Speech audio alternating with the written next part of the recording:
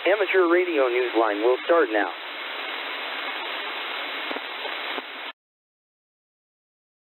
Amateur radio newsline report number 2414 with the release date of Friday, February 2nd, 2024 to follow in 5, 4, 3, 2, 1. The following is a QST. Arrests are made following the destruction of a radio tower. An island expedition becomes a memorial and a tribute. And in New York City, one school serves as a model for ham radio education. All this and more as Amateur Radio Newsline report number 2414 comes your way right now. From around the world, this is Newsline, Amateur Radio's first independent on-the-air news and bulletin service. Now, reporting from Wadsworth, Ohio, here's Stephen Kinsworth, N8WB.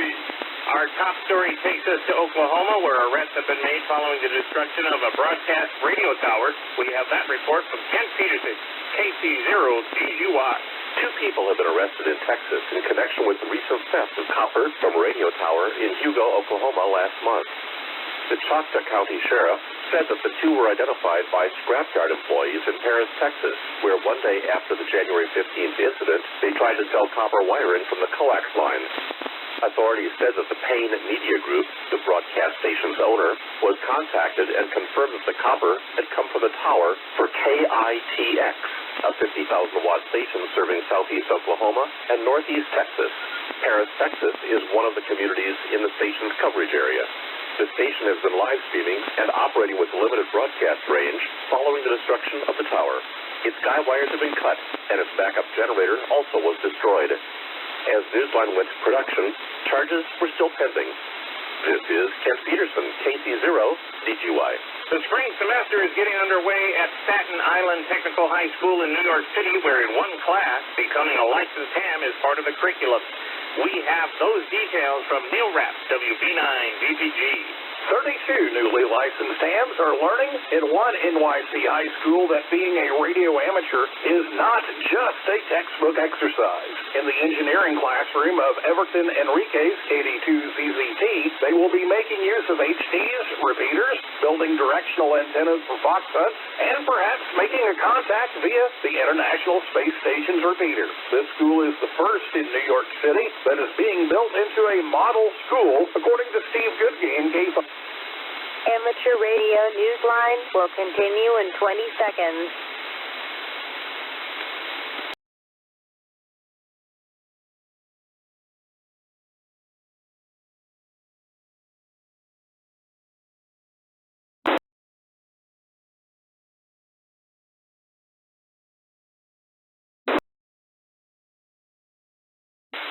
ATA. Steve, the ARRL's Education and Learning Manager, said this is also the first NYC school to receive an ARRL grant for the STEM kits being used in the classroom, funded by Amateur Radio Digital Communications. Everton prepared for bringing radio operations into the classroom by attending the ARRL's Teachers Institute on Wireless Technology held last fall at its headquarters. He told Newsline that for these juniors and seniors, passing the amateur radio license exam was a course requirement. It is his vision to show the kids what a difference a knowledge of radio and electronics can make in their lives. It opens up scholarship opportunities and later, careers. For now, the homework assignment for everyone is to get on the air and show the rest of NYC's schools how it's done. This is Neil Rapp, WB9BPG. For organizers and operators here in the United States and Canada, Winter Field Day is over. Teams will continue to send in their logs through the 1st of March, but Mike, W4OPS, told Newsline that 1,293 registered locations participated in the event on the 27th and 28th of January. 667 of those were clubs. Early results show 54 countries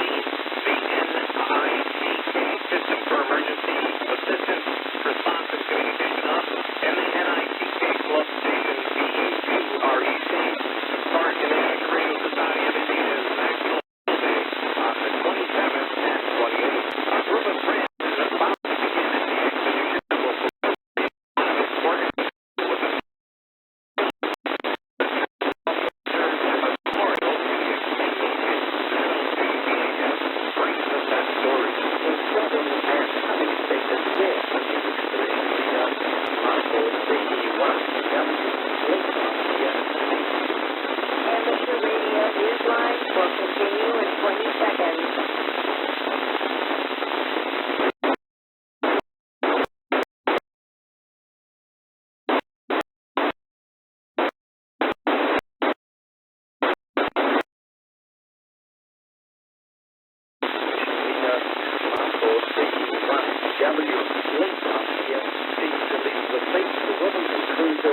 Expedition in Dallas. Marco has been organizing this trip and coordinating the logistics with an eye towards activating the in his honor 7 members of the team are making sure the project goes forward. A report from Guillermo XQ3SA, the team's logistics leader, says that the equipment is being shipped to the island in the Juan Fernandez National Park in time to get on the air on February 10th. The activation of the call sign receiving 0ZA will continue through to the 24th and will be a memorial to the expedition. The team announced on the 17th of January that the expedition will also include an off-island team of more than 30 remote operators around the world who will be making use of a radio in a box on XT8 and CW. This operation will have the call sign CG0ZEW. The next 10 routes will be taken by HAL W8HC from West Virginia to the island. Operators will access it remotely via Starlink satellite internet.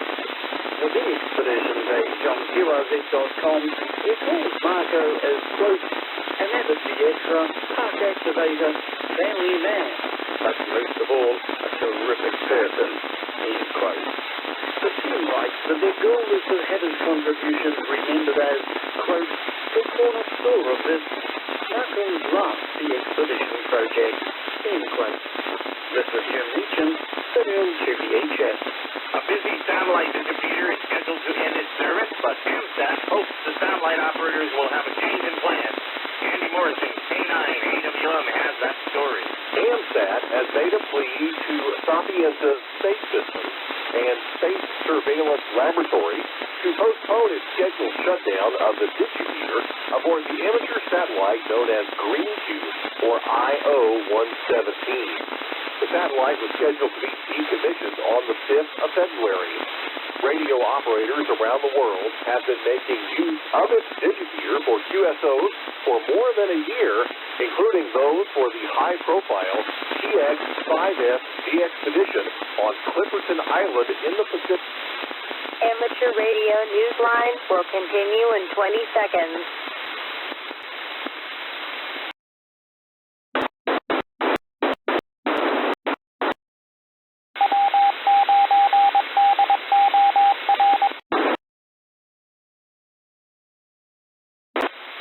TX-5S expedition on Clipperton Island in the Pacific Ocean.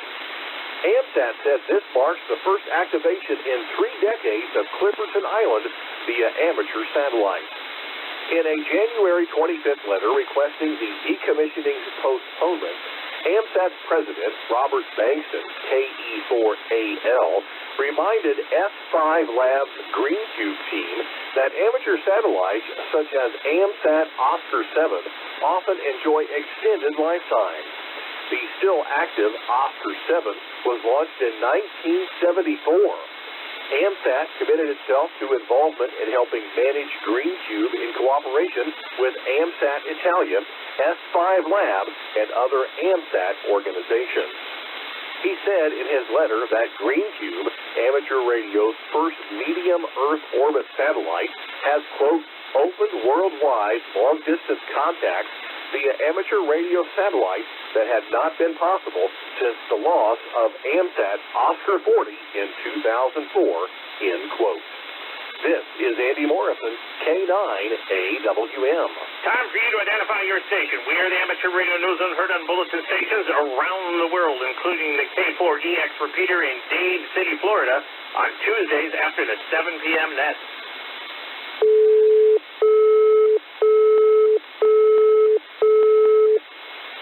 Does your amateur radio experience ever inspire a bit of poetry? Amateur Radio Newsline challenges you to immortalize that incredible QSO or fantastic antenna by participating in our weekly haiku challenge. Use the entry form on our website, arnewsline.org, and please follow the rules for writing your 3-line haiku. We cannot accept any entries that aren't written in traditional haiku form.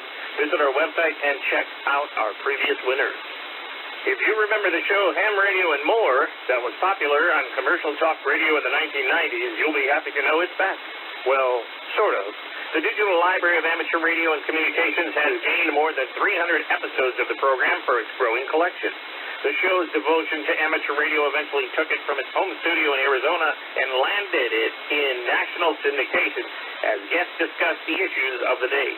If you don't remember the show but think you might become a fan now, check it out by following the link that appears in the text version of this week's Amateur Radio Newsline will continue in 20 seconds.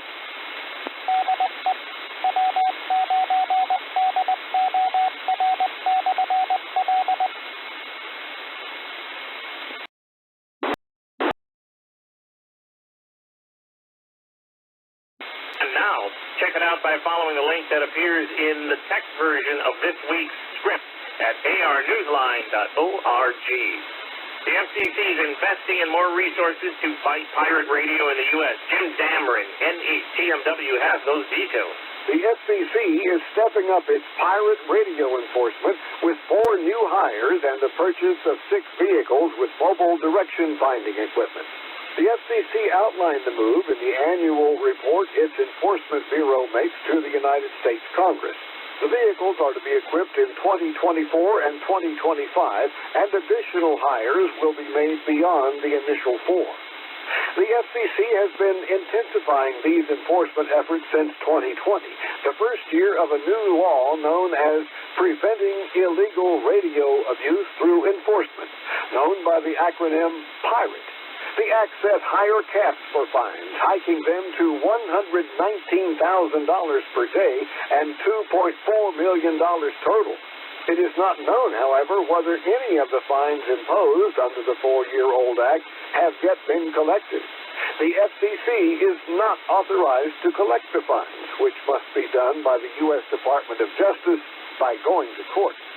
This is Jim Dameron, NHTMW. Soda is reaching new heights in Western Malaysia, and Jim Meachin's VL2 VHF tells us how hams there are staying on top of things. Barely a month old, the West Malaysia Soda Association is growing its membership and encouraging hams to join if they are interested in chasing or activating mountain summits as a portable operation. The association's manager, PJU 9M2PJU, provides hams in Malaysia with an introduction to the history and importance of the worldwide award scheme, which began in 2002 in the UK. It now covers more than 150,000 summits around the globe.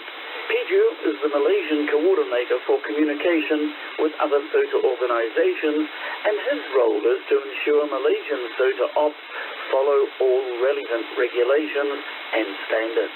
PJU says that the West Malaysia region has 373 summits. He is encouraging interested hams in Malaysia to register and create a free account on the SOTA websites, which provide lists. Amateur Radio Newsline will continue in 20 seconds.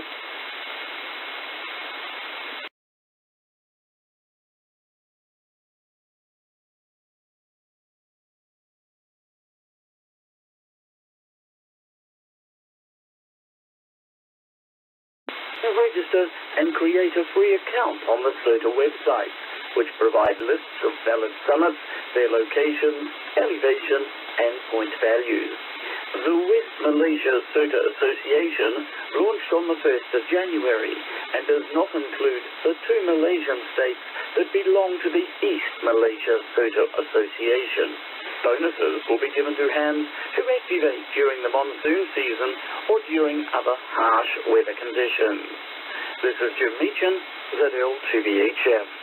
If working state QSO parties during the year is among your weekend amateur radio pursuits, there's a new challenge you might want to tackle. It involves bringing your fellow hams along for the ride. Amateur Radio Newsline Mark Abramovich, NT3V, has the story. The people behind the State CUSO Party group have thrown down the gauntlet to Q-peers, as they're being called, across the U.S. and Canada to gather your friends together to compete in the State CUSO Party Club Challenge. Dave Edmonds, WN4AFP, director of the group, formed in 2020, tells Newsline the goal is to generate more activity in the 47 CUSO parties held during the year. The invitation is open to all, meaning you don't have to be an entrant in a particular contest. Just get on the radio and make contacts by scanning the bands and work any state CUSO party station. Edmonds says a major sponsor supporting plaques and certificates wants you to work the CUSO party in your home state, as well as those in a couple of other states. He told Newsline that the State CUSO Party Club Challenge, which was launched in early January, would like to recognize not just individuals, but radio clubs for getting members on the air to have some fun chasing home mobile, rover, and portable stations. Some of them operate from rare counties. As you and your fellow club members are making contacts, he says there's a component for competition between individual club members as well. All county hunters have a chance to pick up a bunch of new counties in pretty quick order. Of course, if you're still chasing the Worked All States Awards, this is an opportunity to fill in the gaps on some of those hard-to-find states. Edmonds says the Club Challenge runs from February 3rd until November 30th. You'll find more at the link posted in the text version of this week's newscast at arnewsline.org. I'm Mark Abramovich, NT3V. In the world of DX, a team... Amateur Radio Newsline will continue in 20 seconds.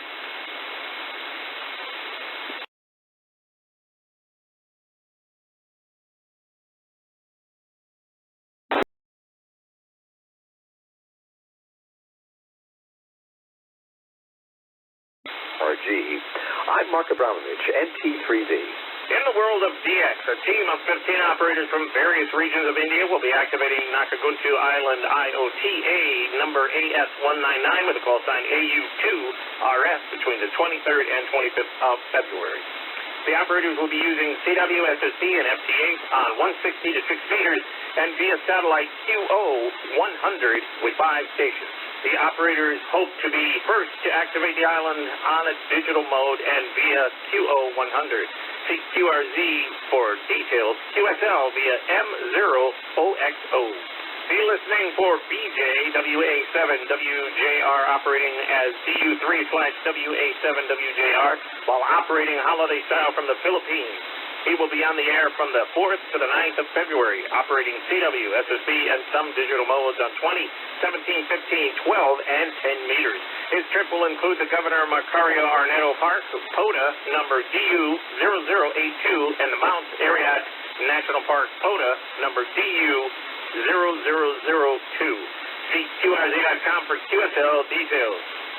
Although the commercial use of Morse code in the U.S. can only be found in history books these days, radio listeners around the world enjoy a tribute recently to that long-gone practice. Ralph Squillaci, KK6ITV, gives us the details.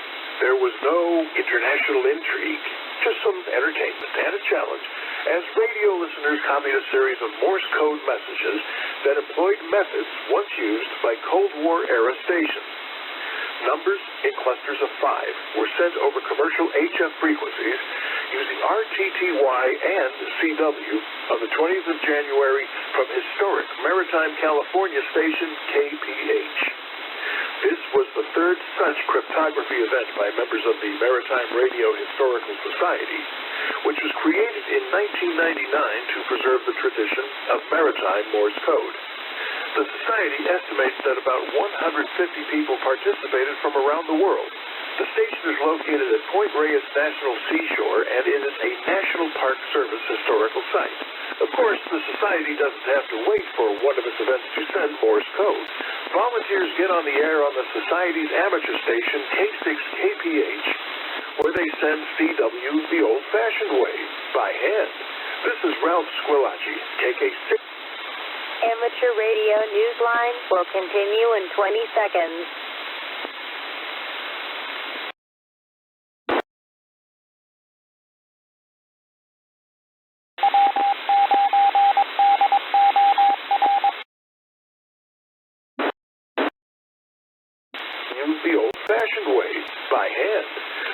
South Squillace, KK6ITV.